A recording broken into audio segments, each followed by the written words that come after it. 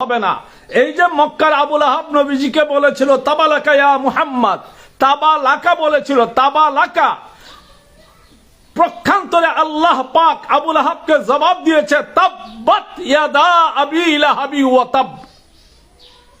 বুঝেন না তাসদীদ কেন ব্যবহার হয়, হরফে মুসাদ্দাদ কোন জায়গায় আসে সেটা বুঝেন না।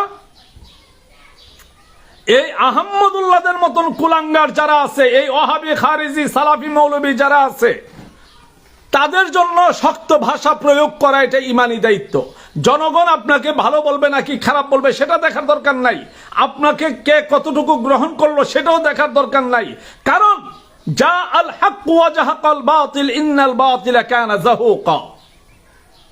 আপনি সত্যের পক্ষে দাঁড়াবেন, তাম পৃথিবী আপনার বিপক্ষে চলে যাক, যেতেই পারে, যেতেই। আসসালামু আলাইকুম ওয়া রাহমাতুল্লাহি ওয়া বারাকাতুহু। নাহমাদুহু ওয়া নুসাল্লি আলা রাসূলিহিল কারীম। আম্মা বা'দ, ফাআউযু বিল্লাহি মিনাশ শাইতানির রাজীম। বিসমিল্লাহির রহমানির রহিম। قال الله تعالى في كلامه المجيد وفي فرقانه الحميد وما أرسلناك إلا رحمة للعالمين صدق الله المولانا العظيم. الصلاة والسلام عليك يا رسول الله، الصلاة والسلام عليك يا حبيب الله، الصلاة والسلام عليك يا شافع المذنبين، الصلاة والسلام عليك يا رحمة للعالمين. প্রিয় ইমানদার ভাই ও বোনেরা, যারা দেশ এবং প্রবাস থেকে আজকের এই লাইভে আমার সাথে সংযুক্ত হয়েছেন, আপনারা ক্যাপশন দেখেছেন এবং আমি আগেও বলেছি যেন আমি শায়েখ আহমদুল্লাহ সহ ওয়াহাবি খারিজি সালাফি মৌলবীদের প্রিয় নবী হুজুর আনোয়ার রাউফুর রহিম সাল্লাল্লাহু আলাইহি ওয়াসাল্লামের নবুয়ত সম্পর্কে যে অপব্যাখ্যা এবং অপযুক্তি দিয়েছেন তার দালিলিক জবাব দেব। তো পারিবারিক এবং দরবারের বিভিন্ন কাজে আমি ব্যস্ত থাকার কারণে, মাদ্রাসার কাজ নিয়ে ব্যস্ত থাকার কারণে আমার সময় হয়ে উঠতেছিল না। এখনো আমি ততটা প্রস্তুত নই, অনেকটা অপ্রস্তুত অবস্থাতে আমি এখন কথাগুলো বলবো। সবার আগে আপনাদের কাছে আমার অনুরোধ থাকবে, সকল শ্রেণীর সুন্নি মুসলমান আজকের এই ভিডিওটাকে প্রচুর পরিমাণে শেয়ার করবেন, প্রচুর পরিমাণে, এত অধিক পরিমাণে শেয়ার করবেন যাতে এটা এই ওয়াহাবি খারিজি সালাফি মৌলবীদের নাবিশ্বাস তৈরি করে। আমি লাইভে আসতে চাইনি, অপেক্ষা করেছি, যেহেতু বিভিন্ন দিক থেকে আমাদের সুন্নি উলামায়ে কেরাম এগুলোর জবাব দিচ্ছেন। আমার অত্যন্ত স্নেহধন্য ছোট ভাই মুফতি গিয়াসউদ্দিন তাহিরি সে জবাব দিয়েছে, কিন্তু আমি আশ্চর্য হলাম যেন সে যে জবাব দিয়েছে তার জবাবের দালিলিক খণ্ডন না করে তাকে ব্যক্তিগতভাবে আক্রমণ করা হচ্ছে নানানভাবে। সে ভণ্ড, মাজার পূজারি ইত্যাদি ইত্যাদি যত এই অপবিশেষণ দেওয়া যায় সেগুলোই দিচ্ছে। আমি সবসময় কথা বলি খুব খালেস ভাবে। শুনেন, পায়খানা ঘি দিয়া বিরান করলে এটা হালুয়া হয়ে যাবে না। পায়খানাকে ঘি দিয়ে ভাজি করলে এটা কখনোই হালুয়া হবে না। কুকুরকে যদি আপনি সারা দিন তেল মালিশ করেন, কুকুর কখনো ভাগ হবে না, মদের দোকানে কখনো আতর বিক্রি হয় না, আতরের ঘ্রাণ পাওয়া যায় না,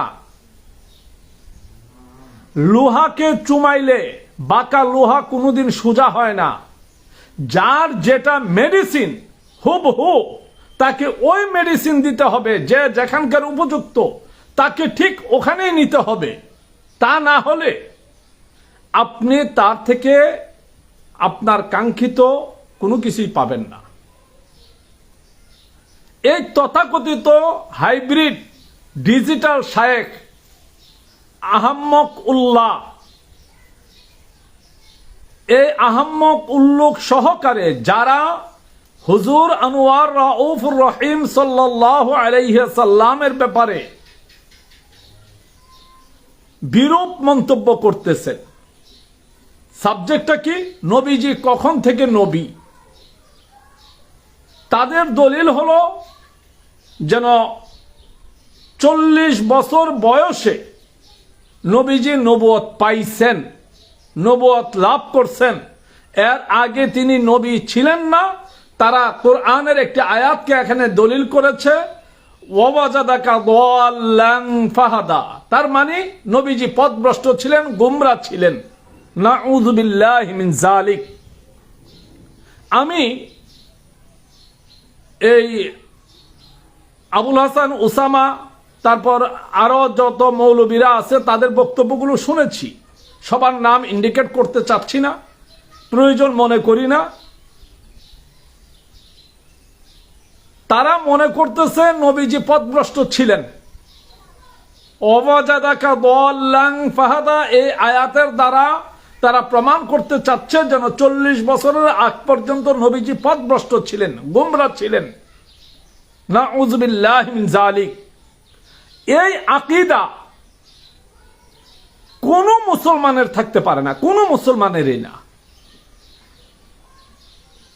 আমার প্রশ্ন, এই আয়াতের দ্বারা যদি নবীজিকে পথভ্রষ্ট বোঝানো হয়, তাহলে 40 বছরের আগ পর্যন্ত নবীজি কি মূর্তি পূজক ছিলেন? অথবা তিনি কি অন্য কোন নবীর উম্মত ছিলেন? অথচ কুরআনে কারীম দলিল, এই কুরআনে কারীম দলিল যেখানে হযরতে সাইয়্যিদুনা আদম আলাইহিস সালাতু ওয়াস সালাম থেকে ধরে হযরতে সাইয়্যিদুনা ঈসা রুহুল্লাহ পর্যন্ত সকল নবীগণের নবুয়তের উপসংহার ছিল মুবাশশিরাম বিরাসূলি ইয়াতি মিন বাদি ইসমুহু আহমদ।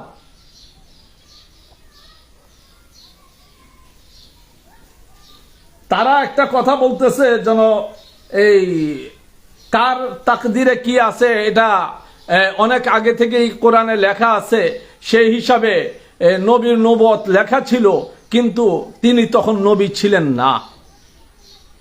হায়রে আকল! আমি আব্দুল কাইয়ুম দুনিয়াতে জন্ম নেব, জন্ম নেওয়ার পরে আমি লেখাপড়া করব, আমি আলেম হব, এটা আমার তাকদীরের লিখন। কিন্তু হুজুর আনোয়ার রাউফুর রহিম সাল্লাল্লাহু আলাইহি সাল্লামের নবুয়ত এটা তাকদীরের লিখন নয়, বরং হুজুর আনোয়ার রাউফুর রহিম সাল্লাল্লাহু আলাইহি সাল্লাম সকল সৃষ্টির আগেই তিনি নবী।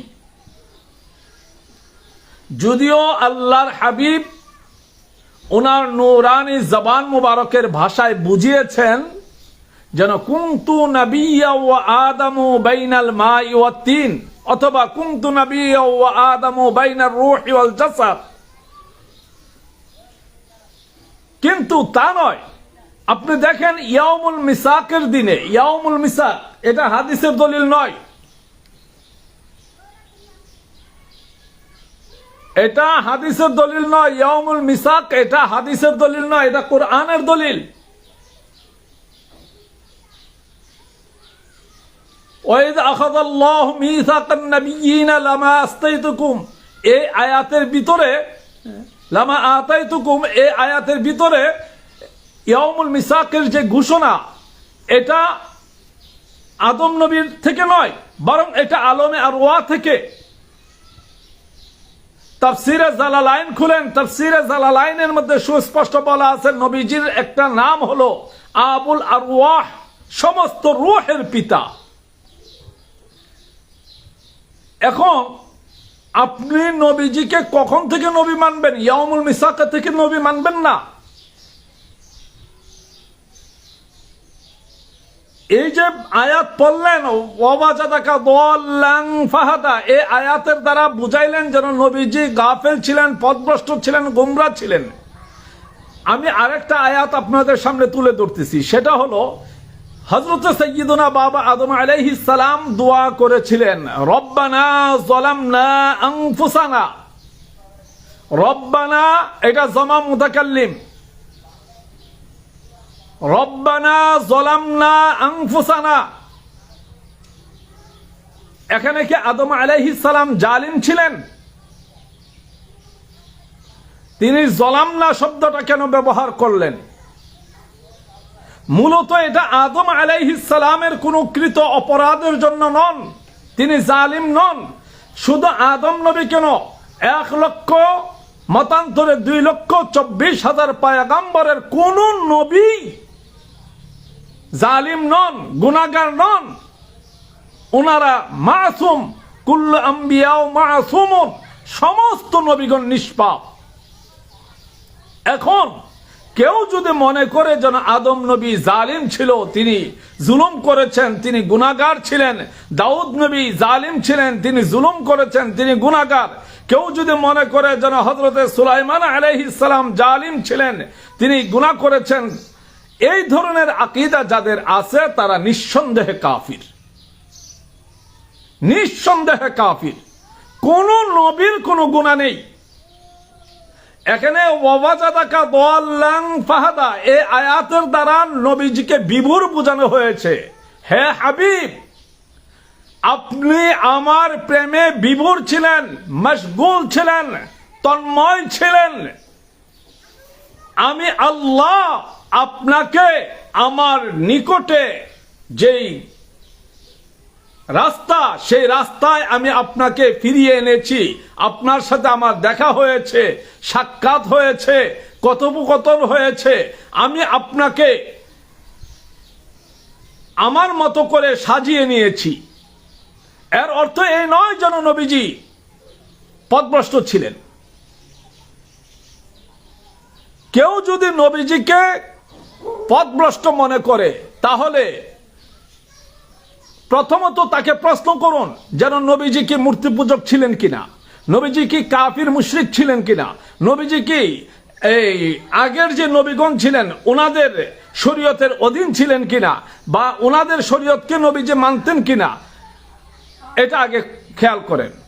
আমার কাছে, আমি তিরমিজি শরীফে পরে যাব, এই যে দেখেন আমার কাছে মাদারিজুন নবুয়াত আছে, এই যে মাদারিজুন নবুয়াত, এই মাদারিজুন নবুয়াতের ভিতরে সুস্পষ্ট প্রমাণ আল্লাহর হাবিব হুজুর রাউফুর রহিম সাল্লাল্লাহু আলাইহি ওয়াসাল্লাম তিনি জমিনের মধ্যে তাশরীফ আনার আগেই তিনি নবী। এখন প্রশ্ন, এই ওহাবি খারিজি মৌলবীরা কেন নবীকে 40 বছরের নবী বানাইতে চায়? তার মূল কারণ হলো তারা নবীজিকে আমাদের মতন সাধারণ রক্তে মাংসে ভরা ভুলভ্রান্তিতে ভরা মাটির মানুষ মনে করে। এই জন্য তারা নবীজির নবুয়তকে চ্যালেঞ্জিং পর্যায়ে রেখে দিয়েছে, তারা সেটা মানতে চায় না। কারণ যদি নবীজিকে সৃষ্টির আদি থেকেই নবী মানা হয়, তাহলে নবীজিকে নতুন করে আমাদের মতন মাটির মানুষ বলার, বা আমাদের মতন মানুষ বলার, বা আমাদের মতন ভুল ভ্রান্তিতে ভরা মানুষ বলার কোনো স্কোপ তাদের থাকবে না। তাদের লক্ষ্য অনেক দূরে। সুন্নি মুসলমানরা মনে করতেছেন যেন এটা বুঝি সাধারণ কোনো বিষয়, আসলে এটা সাধারণ কোনো বিষয় না। আমরা যখন কথা বলি আমাদের কথার ভিতরে ভুল হয়, ভুল হতে পারে। আহমদুল্লাহ সাহেব কথা বলেছেন, ওনার কথায় ভুল হতে পারে। আমরা মনে করতে পারি যেন এটা ওনার স্লিপ অফ টাং, কথা বলতে যেয়ে তিনি ভুল করেছেন। কিন্তু তিনি কিন্তু এটা স্বীকার করেননি, এটা স্লিপ অফ টাং মেনে নেননি,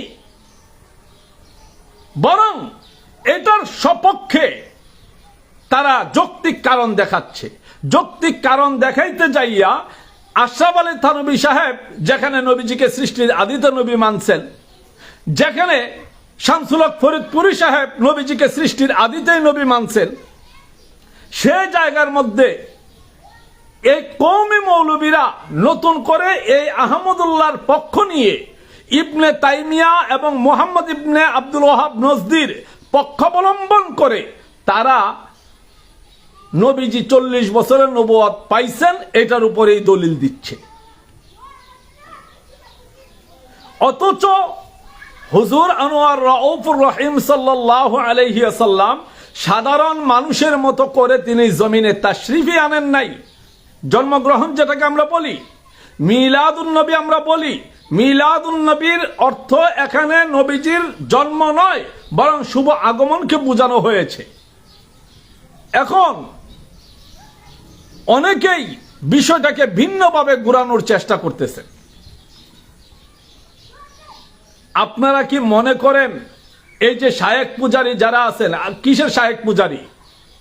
আহমদুল্লাহরা কিসের শায়েখ? ওরা শায়েখুশ শয়তান, ওরা শায়েখুশ শয়তান। ওদেরকে যারা মুমিন মুসলমান মনে করবে তারা নিঃসন্দেহে কাফির। আমার এই ভিডিও তাদের কাছে পৌঁছায় দেন। এতদিন ওরা লাফাইছে, যেই মৌলবী বসতে চায়, বাংলাদেশ না শুধু ইন্টার ওয়ার্ল্ডের ভিতরে যদি কোনো মৌলবী বসতে চায় আমরা তাদের সাথে বসার জন্য প্রস্তুত আছি। এটা ওই মুফতি গিয়াসউদ্দিন তাহিরির প্রয়োজন নাই। আর গিয়াসউদ্দিন তাহিরি কি একেবারে ফেল না?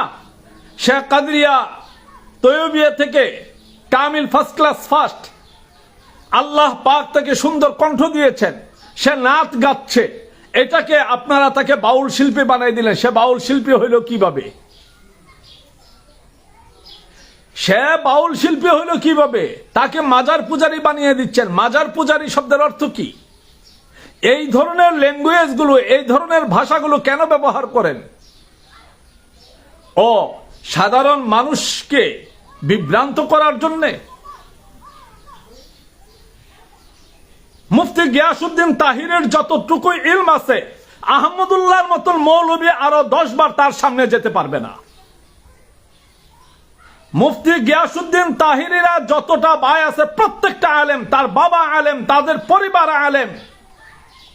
এই আহম্মকুল্লাহর মতন বদমাইশেরা, লুচ্চা মৌলবীরা সেখানে যাওয়ার কোনো ক্যাপাসিটি নাই।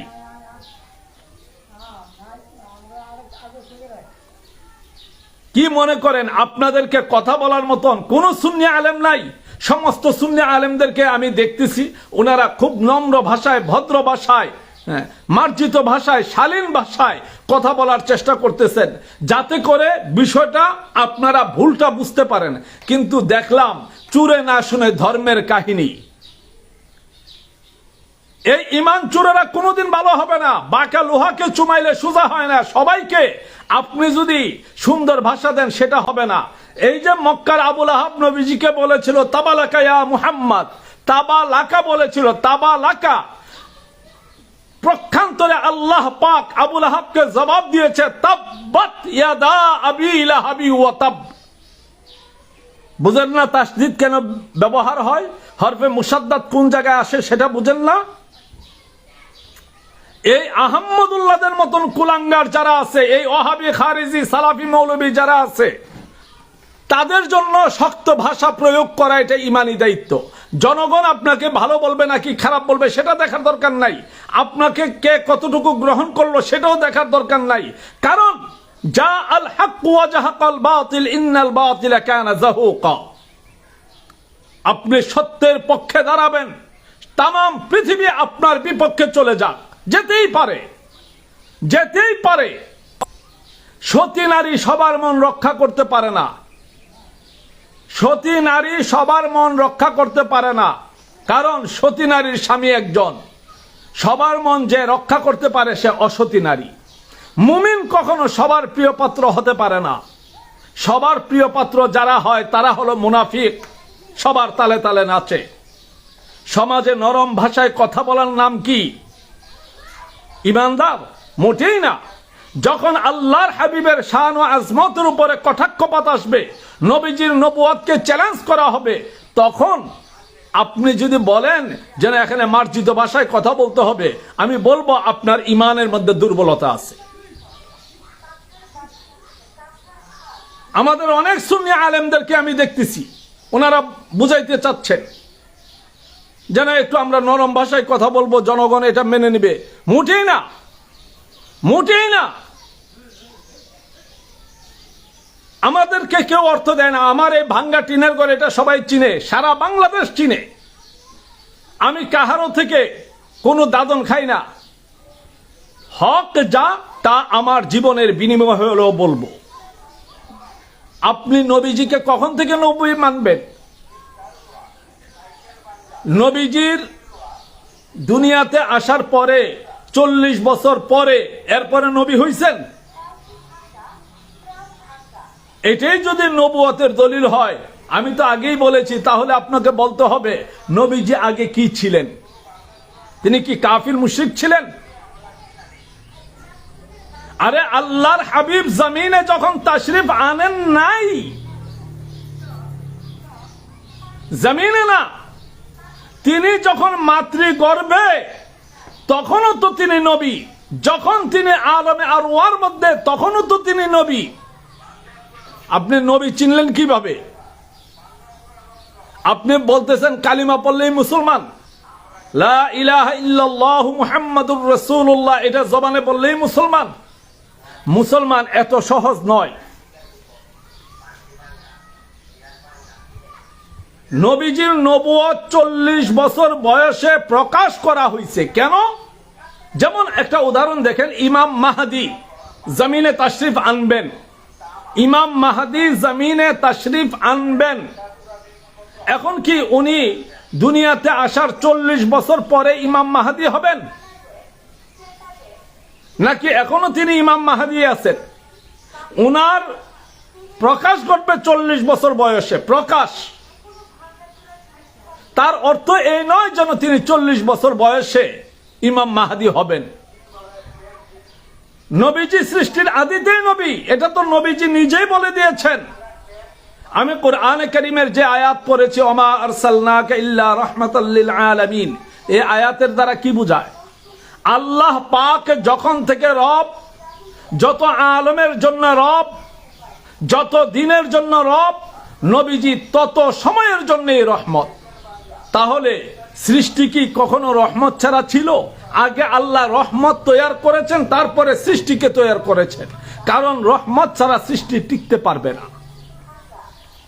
আদম আলাইহিস সালামের দোয়া কবুল হয়েছে তো রহমতের কারণে।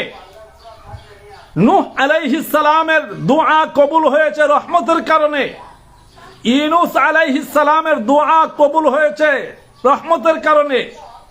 তো আপনি ঈসা রুহুল্লাহ নবুয়ত মেনে নেন, অন্যান্য নবীদের শান মেনে নেন, কিন্তু আমাদের নবীর শান মানতে আপনার মনে এত প্রশ্ন কেন সৃষ্টি হয়? কেন? আরে আহমদুল্লাহর চামচামি যেগুলো করে, এগুলো তো একটাও মুসলমান না। আহমদুল্লাহর চামচামি যারা করে তারা একটাও মুসলমান না। ওরা নামধারী মুসলমান, কিন্তু জাতে ওরা ইহুদি। কোন মুসলমান এই কথা মেনে নিতে পারে না। আজকে যদি কোনো নাস্তিক বলতো, তাহলে কি ছেড়ে দিতেন, রাস্তায় নামতেন? ওরা তো লেবাসধারী নাস্তিক। এই ওহাবি, খারিজি, সালাফিরা, ওরা লেবাসধারী নাস্তিক। ওরা নবীজির মধ্যে দোষ, গুণ ইত্যাদি ঢুকানোর চেষ্টা করতেছে। ওরা সুরত, লেবাস হলো তাদের আলেমের মতো, কিন্তু তারা নায়েবে নবী নয়, তারা নায়েবুশ শয়তান। আপনি নবীজিকে কখন থেকে নবী মানবেন? দেখেন, নবীজির যতগুলো নাম আছে, প্রায় 4000 নাম। নবীজির প্রায় 4000 নাম। 1000 নাম আছে আরশে আজিমের মধ্যে, 1000 নাম আছে আলমে আরওয়ার মধ্যে, 1000 নাম আছে আলমে মালাকুতের মধ্যে, ফেরেশতাদের জগতের মধ্যে। 300 নাম আছে তাওরাতে, 300 নাম আছে জবুরে, 300 নাম আছে ইনজিলে, 100 নাম আছে কোরআনে কারীমের মধ্যে। এই কোরআনে কারীমের মধ্যে যেই 100 নাম আছে, তার মধ্যে নবীজির নামের মধ্যে আউয়ালুন, আখিরুন, যাহিরুন, বাতিনুন, রহমাতুন, মুহাল্লিলুন, মুহাররিমুন, আমিরুন, নাহিন, শাকুরুন, কারীবুন, মুনিবুন, মুবাল্লিগুন, এই শব্দগুলো আছে। কেন? কারণ তিনি সৃষ্টির আদি থেকেই নবী। এটা বুঝতে হলে অন্তরের মধ্যে ঈমানের নূর দরকার, ঈমানের নূর। ওরা ঈমানের নূর পাবে কোথায়? ওদের নবী তো মাটির নবী। এই ওহাবি খারিজি সালাফিদের নবী মাটির নবী, আমাদের নবী মাটির নবী না। আমাদের নবী সূরত বাশার, মানব জাতিকে হেদায়েত করার জন্য মানবের বেশে মানুষের মধ্যে তিনার আগমন ঘটেছেন, কিন্তু তিনি হাকিকতে আল্লাহ পাকের জাতে জালালের কুদরতি নূরের তাজাল্লি জুতি। ওরা নবীজিকে 40 বছর বয়সে নবী হয়েছে। এর আগে দেখেন ভাইরাল বক্তাগুলোর অবস্থা দেখেন। এর আগে এই যে মিজানুর রহমান আজহারি ছিল একটা, সে নবীজির সম্পর্কে, উম্মাহাতুল মুমিনিনদের সম্পর্কে কি ধরনের ভাষা প্রয়োগ করত। ওরা বেয়াদবদের ভাষা ঠিক নাই। যারা নবীর শানে বেয়াদবি করে, আপনি তাদের সাথে কিসের আদব দেখাবেন, কিসের ভালো সম্পর্ক দেখাবেন? যেখানে আল্লাহর হাবিব সহিভাবে বলতেছেন যেন কুনতু নাবিয়্যা ওয়া আদামু বাইনাল মাই ওয়াত তিন, কুনতু নাবিয়্যা ওয়া আদামু বাইনার রূহি ওয়াল জাসাদ। আদমের অনেক আগেই তিনি নবী।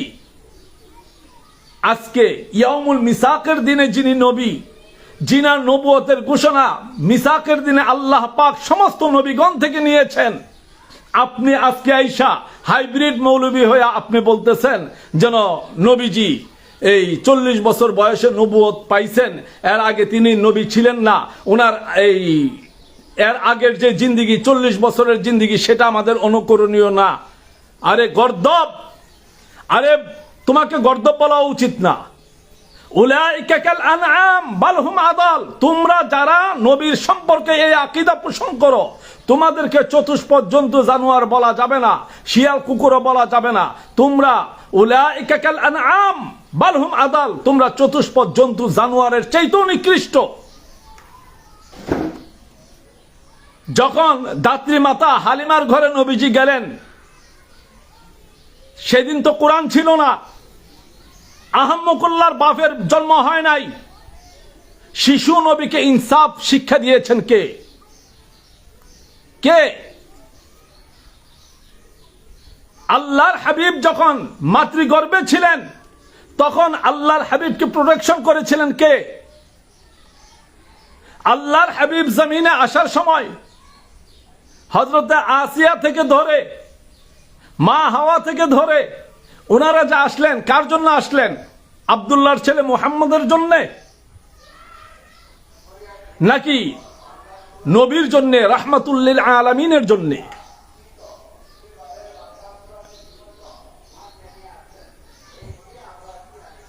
আহম্মকুল্লাহ যতক্ষণ পর্যন্ত খালেস অন্তরে তওবা না করবে, সে নিঃসন্দেহে কাফির। তার স্ত্রী তালাক, তাকে যারা মুসলমান মনে করবে তারাও কাফির। আহম্মকুল্লাহ যদি মুসলমান হতে হয়, তাকে নতুন করে কালিমা পড়ে মুসলমান হতে হবে, কারণ সে নবীজির নবুয়তকে ইনকার করেছে, নবীজির প্রতি সে প্রশ্নবোধক চিহ্ন তুলেছে, নবীজির নবুয়তের ব্যাপারে তার কনফিউশন, নবীজির হায়াতে জিন্দেগির 40 বছরকে সে কেটে দিয়েছে। সে বুঝাইতে চাচ্ছে যেন নবীজি গাফিল ছিলেন, পথভ্রষ্ট ছিলেন, কোরআনের অপব্যাখ্যা, নবীজির নবুয়তকে অস্বীকার। এই সমস্ত কারণে আহম্মকুল্লাহ নিঃসন্দেহে কাফির, নিঃসন্দেহে কাফির, নিঃসন্দেহে কাফির। তার স্ত্রী তালাক, এবং তাকে যারা এখন মুসলমান মনে করে সালাম দিবে, উঠা বসা করবে, তারাও কাফির হবে। বেয়াদবের কোনো ঈমান নাই, বেয়াদবের কোনো ধর্ম নাই। ওরা আমাদের সাথে বেয়াদবি করে নাই। আমরা দলিল খুঁজি নবীজির শান ও আজমতকে বৃদ্ধি করার জন্য, নবীজির শান ও আজমতকে এই বিধর্মীদের কাছে প্রকাশ করার জন্য, আর ওরা দলিল খুঁজে নবীজির শানকে খাটো করার জন্য। কত বড় জঘন্য জানোয়ার ওরা! আরে ওদের জন্মটাই তো হারাম। ওরা মুসলমান তো পরের কথা, ওরা তো মানুষের কাতারও পড়ে না। ওদের ভাষা মিষ্টি। কেন মিষ্টি জানেন? আল্লাযী ইউওয়াসওয়িসু ফি সুদুরিন নাস, তারা মানুষের অন্তরের মধ্যে কুমন্ত্রণা দেয়। মিনাল জিন্নাতি ওয়ান নাস, এই শয়তান হলো দুই প্রকার, একটা হলো জিন শয়তান, একটা হলো মানুষ শয়তান। এই আহমকুল্লাহর মতন মৌলবী যতগুলো আছে, উসামার মতন মৌলবী যতগুলো আছে, এই ওহাবি খারিজি সালাফি মৌলবী জামাতি মৌলবী যতগুলো আছে, এই সবগুলো হলো শয়তান, মানবরূপী শয়তান। তাদের পিছনে বিভিন্ন কোম্পানি কোটি কোটি টাকা ইনভেস্ট করে, তাদেরকে ডলার দিচ্ছে, বাহিরের ডলার পাচ্ছে, বাংলাদেশের যত হারাম টাকা আছে তারা পাচ্ছে, বিভিন্ন কোম্পানির অ্যাড দিচ্ছে, বিভিন্ন ঔষধের অ্যাড দিচ্ছে। এইভাবে তারা টাকা আর্ন করতেছে। বাড়ি গাড়ি সবকিছু থাকলে, সুন্দর চেহারা থাকলেই কি সে নায়েবে রাসূল হয়ে যায়? হ্যাঁ, তাহিরির সম্পর্কে বাজে মন্তব্য করতেছে কেন? তাহিরি বাদ দিয়েই তো হাজার হাজার আলেম এই দিচ্ছে। কই সেখানে তো না, সে ক্ষমা চায় নাই, সে ক্ষমা চায় নাই। তার টাইমলাইনের কোথাও ক্ষমা চাওয়ার কোনো ডকুমেন্ট নাই। এটা মিথ্যা, এটা ধোঁকাবাজি। তারা জন্ম থেকে মিথ্যা ধোঁকাবাজি করে আসতেছে, এটা তার ধোঁকাবাজি।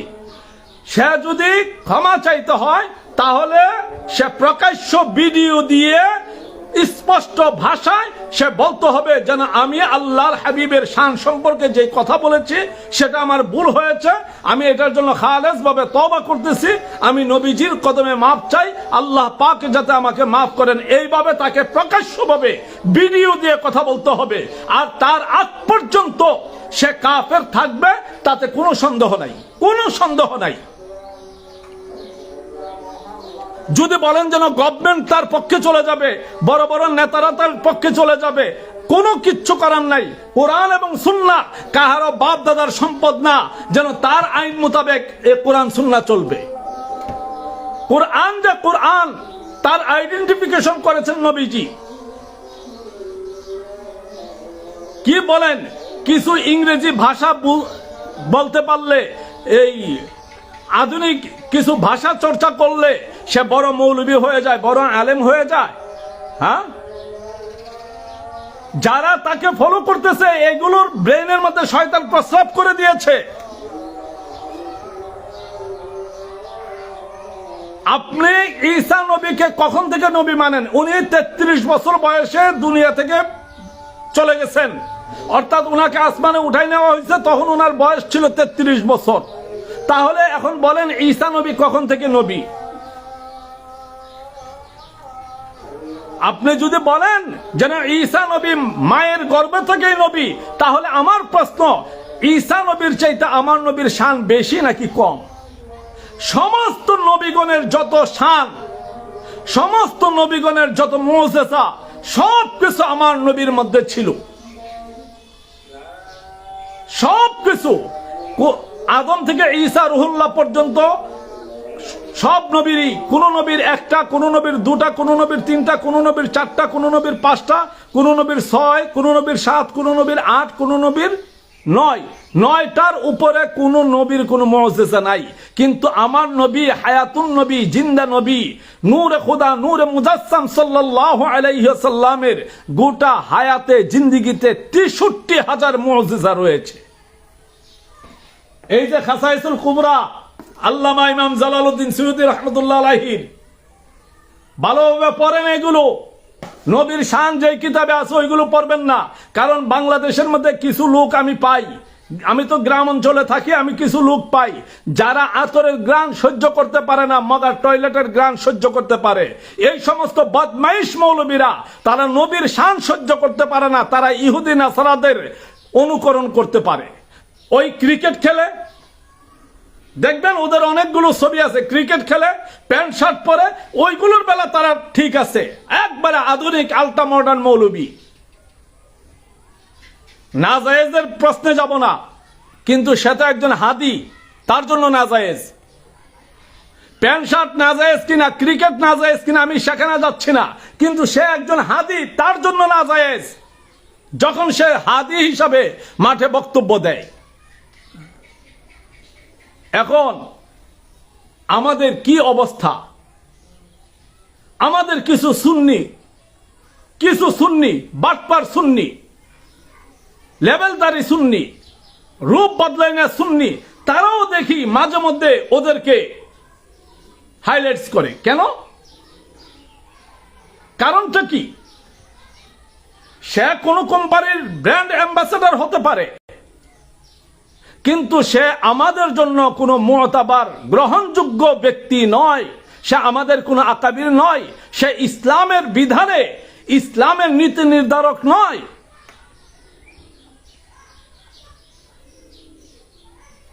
আল্লাহর হাবিব ফখরে মওজুদাত সাল্লাল্লাহু আলাইহি ওয়াসাল্লামের শান কুরআনে কারীমের মধ্যে আল্লাহ পাক যেভাবে দিয়েছেন সেখান থেকেই বুঝেন। ওয়াজাদাকা দাল্লান ফাহাদা, একটা আয়াতকে নিয়ে আসলেন, নবীজি গাফেল পথভ্রষ্ট, এই অর্থটা করাই তো হারাম, এই অর্থ করাটাই কুফরি। পড়েন নাই কোরআনে লা তাকুলু রাইনা ওয়া কুলু উনজুরনা ওয়াসমাউ? পড়েন নাই? কি বলা আছে? একটি আয়াতের যদি একটি শব্দের যদি দুইটি অর্থ হয়, দুইটি অর্থের মধ্যে যদি একটি অর্থ খারাপ অর্থে ব্যবহৃত হয়, ওই অর্থটা আল্লাহ এবং আল্লাহর রাসূলের শানে ব্যবহার করা যাবে না। যেমন কুরআনের আয়াত আছে ওয়ামাকারু ওয়ামাকারাল্লাহ আল্লাহু খায়রুল মাকিরিন, মকর মানে ধোঁকাবাজ, মিথ্যাবাদী, ছলনাকারী, প্রতারণাকারী।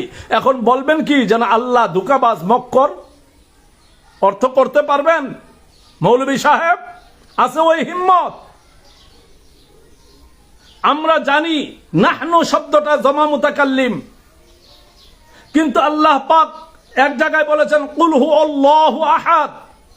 হে হাবিব, আপনি বলুন আল্লাহ একক, আহাদ, অদ্বিতীয়, লা শারীক। অথচ এই কুরআনের মধ্যে আল্লাহ পাক অন্য জায়গায় বলেছেন নাহনু আকরাবু ইলাইহি মিন হাবলিল ওয়ারিদ। এখানে নাহনু জমা মুতাকাল্লিম আল্লাহ ব্যবহার করেছেন, তাহলে আল্লাহ কি বহুজন? না, সেখানে নাহনু শব্দটা আল্লাহ পাকের ক্ষেত্রে এটা জমিরে শান হিসেবে ব্যবহৃত হয়।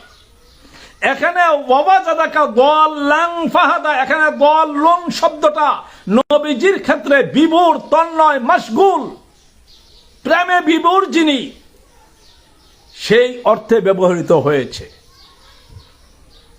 কোরআনের শাব্দিক অনুবাদ সব জায়গায় যদি একই ধরনের করার চেষ্টা করেন, তাহলে তো আপনি ইসলাম বুঝলেন না, আপনি আলেম হওয়ার উপযুক্ত না।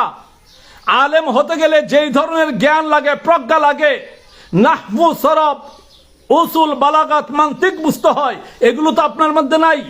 এই বর্তমানে যতগুলো ভাইরাল মৌলবী দেখতেছেন, যতগুলো এই ওয়াহাবি খারিজিদের যতগুলো ভাইরাল মৌলবী আছে, এগুলো সবগুলো চাপাবাজ, এগুলোর কোনো ইলম নাই, এগুলোর মধ্যে কোনো ইলম নাই। যতটুকু ইলম আছে তার চেয়ে বেশি আছে তাদের তাকাব্বুরি, তাদের মধ্যে কোনো খুলুসিয়ত নাই। তারা ওয়াজের বক্তব্যের মধ্যে আইসা এক এক ধরনের কথা বলে, এক একটা কন্টেন্ট তৈরি করে। তাদের কতগুলো এই দালাল মিডিয়া আছে, এই ইউটিউবার আছে, কন্টেন্ট ক্রিয়েটর আছে, তারা এগুলোকে হাইলাইটস করে করে ছেড়ে দিচ্ছে। এটার নাম কি? ইলম চর্চা? হ্যাঁ, নবীজির শান সম্পর্কে বোঝার জন্য হাদিসের ভিতরে যাওয়ারও প্রয়োজন নাই, এ কুরআনে কারিমই তো যথেষ্ট। যেখানে আল্লাহ পাক নবীজিকে বলেছেন আর রহমান আল্লামাল কুরআন, ইয়াসিন ওয়াল কুরআনিল হাকিম, যেখানে নবীজির শানকে বুঝাইতে যাইয়া আল্লাহ পাক রব্বুল আলামিন কুরআনে কারীমের মধ্যে বলেছেন নুন ওয়াল কলামি ওয়া মা ইয়াসতুরুন মা আনতা বিনি'মাতি রাব্বিকা বিমাজনুন ওয়া ইন্না লাকা লাআজরান গায়রা মামনুন ওয়া ইন্নাকা লাআলা খুলুকিন আযীম। খুলুকিন আযীম নবীজিকে বলা হয়েছে। আপনি কি বুঝাইতে চাচ্ছেন? নবীজি 40 বছর পরে নবী হইছেন, তার আগে নবীজি পথভ্রষ্ট ছিলেন। নবীজির আগের 40 বছর আমাদের জন্য অনুকরণীয় না, তাহলে কি ওই 40 বছর আমরা আবু জাহেলকে অনুসরণ করব? উতবা সাইবাকে অনুসরণ করব? নবীজিকে আবু জাহেল উতবা সাইবাকে অনুসরণ করেছেন? হ্যাঁ, হযরতে সাইয়্যিদুনা ইব্রাহিম আলাইহিস সালাম যদি শিশু থেকেই শিরকের বিরুদ্ধে থেকে থাকেন, হযরতে সাইয়্যিদুনা মুসা কালিমুল্লাহ যদি সৃষ্টির শুরু থেকে মাতৃগর্ভ থেকেই ফেরাউনের জন্য ভয়ঙ্কর হয়ে থাকেন, আল্লাহর হাবিব হুজুর আনোয়ার রাউফুর রহিম সাল্লাল্লাহু আলাইহি ওয়াসাল্লামকে এত দুর্বল মনে করেন কেন? নবীজির মুজিজা তো তার হয়, মুজিজা তার হয় জানার মধ্যে নবুয়ত থাকে। যেমন হযরতে ঈসা রুহুল্লাহ শিশু অবস্থায় কথা বলেছেন, এটা ওনার মুজিজা। হযরতে সাইয়্যিদুনা মুসা আলাইহিস সালাম তিনি ফেরাউনকে থাপ্পড় মারছেন, এটা ওনার মুজিজা। হযরতে সাইয়্যিদুনা ইব্রাহিম খলিল তিনি মূর্তি ভেঙেছেন, এটা ওনার মুজিজা। তো নবী হওয়ার পরে মুজিজা হয়, তাহলে নবীজি যদি নবী না হবেন তাহলে ওনার 40 বছর জিন্দেগির যা কিছু আছে সেটা কি মুজিজা হবে?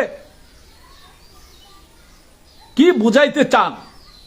মাতাল লোক যারা যারা নেশাখোর, আধুনিক বিজ্ঞানের নেশায় যারা আসক্ত হয়ে গেছে, ঈমান এবং ইসলামের নূর যাদের অন্তর থেকে বিদায় নিয়ে চলে গেছে, তারা আপনাদের কথায় পথভ্রষ্ট হতে পারে।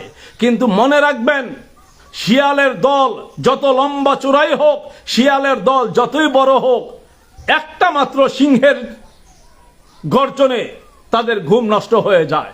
একজন ইমানদারও যদি থাকে, দেখেন নাই কারবালার মাঠে আমরা প্রমাণ করে দিয়েছি, আপনারা 22,000 লোক ছিলেন ইয়াজিদের পক্ষে, আমরা 72 জন আপনাদের বিপক্ষে অস্ত্র ধরেছি, আমরা জান দিয়েছি, কিন্তু আপনাদের কাছে আমরা কবুল বলি নাই। এদেশের সুন্নি মুসলমান মরে যায় নাই, সুন্নি উলামায়ে কেরাম মরে যায় নাই, হাক্কানি ওলি আল্লাহগণ মরে যায় নাই। মাজার পূজারি কারে ডাকেন? শাহজালাল না আসলে আজকের এই মৌলবী একটা বদমাইশেরও জন্ম হইতো না। যারা মাজারের বিরুদ্ধে ফতোয়া দেয় তাদের জন্মের মধ্যে দোষ আছে, নিঃসন্দেহে তাদের জন্মে দোষ আছে। মাজারে যদি কেউ অপকর্ম করে সেটা যেমন আমরা পছন্দ করি না, ঠিক তদ্রূপ যারা মাজারের বিরোধিতা করে আমরা তাদেরকেও মুসলমান মনে করি না, কারণ তারা মুসলমান না। কোন মুসলমান আল্লাহর ওলিদের মাজারের বিরুদ্ধে, সাহাবায়ে কেরামের মাজারের বিরুদ্ধে কথা বলতে পারে না। মাজার জিয়ারত করা হয়, সেখানে যে তাসবিহ তাহলিল পড়া হয়, কুরআন তেলাওয়াত করা হয়, আল্লাহর নেককার বান্দাদের উসিলা দিয়ে কুনু মাআস সাদিকিন কুনু মাআস সালিহিন, এই আয়াতের মর্মে ওনাদের উসিলা দিয়ে আল্লাহর কাছে দোয়া করা হয়। এখন এটার নাম মাজার পূজারি? কে শিখাইছে তোমাদেরকে? কোন বদমাইশে শিখাইছে? তার জন্মের বৈধতা কি প্রমাণ করতে বলো আগে। যখনই কোন মৌলবী সুন্নি উলামায়ে কেরামকে বা সুন্নি জনতাকে মাজার পূজারি বলবে, তার কলার চেপে ধরে জিজ্ঞাসা করবেন আগে তার জন্মের বৈধতা আছে কিনা সেটা প্রমাণ করার জন্য। আমরা ছেড়ে দেওয়ার জন্য আসি নাই, যুদ্ধ করার জন্য মাঠে নেমেছি। আমি পিরালি করার জন্য আসি নাই, যুদ্ধ করার জন্য মাঠে এসেছি। দেখেন নাই এই দেশের শিয়াদেরকে গোলাপানি খাওয়ায় ছেড়ে দিছি? যারা এতদিন সুন্নি হিসাবে মুসলমানদের ঈমান আকীদা ধ্বংস করত তাদেরকে যেমন ছাড় দেই নাই, ঠিক তদ্রূপ এই ওয়াহাবি খারিজি লামাযহাবিরাও মৃত্যুর আগ পর্যন্ত ছাড় পাবে না। এই সুনামগঞ্জের মাটিতে আমার বিরুদ্ধে 17টা মামলা হয়েছে, 17টা মামলার মোকাবেলা করছি, জেল খাটছি। কি হয়েছে? এগুলো তো মুমিনের জন্য। জেল খাটবো, মামলা হবে, বিপদ আসবে, আঘাত আসবে, ফাঁসি হবে, এইগুলোকে মেনে নিয়েই তো আমরা ঈমানদার। কি মনে করেন আপনারা আপনাদের কথায় আমরা নাচবো? এই দেশে যারা এই সমস্ত ভণ্ড শায়েখদের পূজা করে, যারা ইবনে ওয়াহাব নজদি এবং ইবনে তাইমিয়ার এই পোষ্যপুত্র হিসাবে আমাদের মধ্যে ওয়াহাবিবাদ, নজদিবাদ, সালাফিবাদ, জামাতবাদ, মওদুদিবাদ এগুলোকে ইট করাইতে চায়, ঢুকাইতে চায়, আপনারা ঈমানি দায়িত্বে তাদেরকে বর্জন করুন। যদি অন্তরের মধ্যে যারা পরিমাণ ইশকে রাসূল থাকে, নবীজির প্রেম থাকে, তাহলে এই ধরনের মৌলবীদেরকে কোনো অবস্থাতে আপনারা সাপোর্ট দিতে পারবেন না, সাপোর্ট দেওয়া জায়েজ না। তাদের পিছনে নামাজ পড়া, তাদেরকে সালাম দেওয়া, তাদেরকে দিয়ে দোয়া করানো, তাদের সাথে কোনো ধরনের সম্পর্ক রাখা ঈমানী ভাবে সম্পূর্ণরূপে হারাম। আল্লাহর রাসূল বলেছেন, ইয়াকুম ওয়া ইয়াহুম লা ইউযিল্লুনাকুম ওয়া লা ইফতিনুনাকুম ইম মারিদু ফালা তাউদুহুম ওয়া ইম মাতু ফালা তাশহাদুহুম ফালা তুসাল্লিমু আলাইহিম ওয়া লা তুজালিসুহুম ওয়া লা তুশারিবুহুম ওয়া লা তুওয়াকিলুহুম ওয়া লা তুনাকিহুহুম ওয়া লা তুসাল্লু আলাইহিম ওয়া লা তুসাল্লু মাআহুম। রাওয়াহুল মুসলিম, আবু দাউদ ও ইবনে মাজাহ। ওরা মৌলবীর লেবাস ধরেছে মানুষকে পথভ্রষ্ট করার জন্য। এই যত নাস্তিক্যবাদ আছে, নাস্তিক্যবাদের শিকড় হলো এই ওহাবিবাদ, এই নাস্তিক্যবাদের শিকড় হলো এই সালাফিবাদ, নাস্তিক্যবাদের শিকড় হলো ইবনে ওয়াহাব নজদি, নাস্তিক্যবাদের শিকড় হলো এই ইবনে তাইমিয়া গংরা।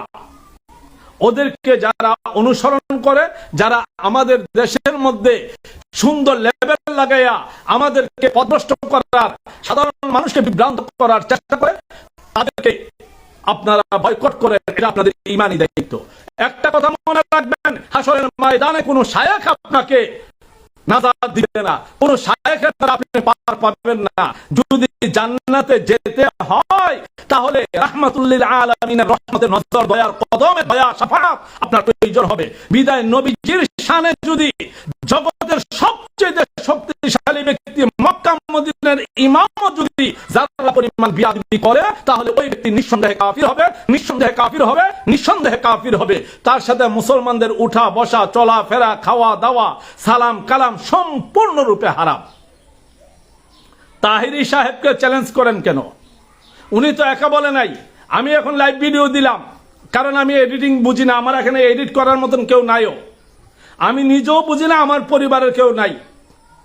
আর আমি ভাড়া দিয়া ওই বেতনভুক্ত দালাল রাখার মতন ক্যাপাসিটিও আমার নাই, কারণ আমি পরিশ্রম করে খাই। আমার চেহারা দেখলেই বুঝেন, আমার পাসপোর্টের মধ্যে লেখা আছে ফার্মার। ফার্মার বুঝেননি? মানে আমি একজন কৃষক। আমি এডিটিং বুঝি না, এই জন্যই আমি সরাসরি লাইভে আসলাম। আমার সুস্পষ্ট কথা, যদি বসতে চান, কোন মৌলবীকে নিয়ে বসবেন, কোথায় বসবেন বলেন, আমরা আপনাদের সাথে বসতে রাজি। এক তাহিরের বিরুদ্ধে লাগছেন কেন? ও উনি একটু ফেমাস হইছেন, মার্কেট উনার দখলে চলে যাচ্ছে, এখন উনাকে থামাইতে হবে, এই জন্য উনাকে ভণ্ড, মাজার পূজারী, বেদাতি এই সমস্ত বাজে শব্দ ব্যবহার করতেছেন। সামনাসামনি বসেন, আসেন প্রধানমন্ত্রীর দপ্তরে বসবো, প্রধানমন্ত্রীর দপ্তরে বসবো, ফাউন্ডেশনে বসবো, ধর্ম মন্ত্রণালয়ে বসবো। কোথায় বসবেন বলেন? ওখানে বসেই প্রমাণ করে দেব যে না, আপনারা মূলতই আহলুল বিদআহ, আপনারা পথভ্রষ্ট, গুমরা, গাফেল, জাহান্নামী দলের একজন। সর্বশেষ আমি সর্বস্তরের ইমানদার মুসলমান ভাই বোনদেরকে অনুরোধ করে বলতেছি, এই সমস্ত মৌলবীদের কথায় আপনারা বিভ্রান্ত হবেন না। আমি কুরআনে কারীম এবং হাদিসে নববীর দ্বারা প্রমাণ করে দিয়েছি যেন হুজুর আনোয়ার সাল্লাল্লাহু আলাইহি ওয়াসাল্লাম আজকে নতুন নবী নন। তিনি 40 বছর বয়সে নবুয়তি পান নাই, নবুয়ত প্রকাশ করেছেন মাত্র। সেই দিন থেকে ওনার নবুয়তির কার্যক্রম শুরু হয়েছে, কিন্তু তিনি নবী ছিলেন, নবী ছিলেন সৃষ্টির আদি থেকেই। আল্লাহ পাক ওনাকে নবী হিসাবে নির্বাচিত করেই সমস্ত সৃষ্টিকুলকে তৈরি করেছেন। আর যদি না হয় তাহলে এই কোরআনকে পরিবর্তন করতে হবে। আগে কোরআন পরিবর্তন, এরপরে আপনাদের দলিল।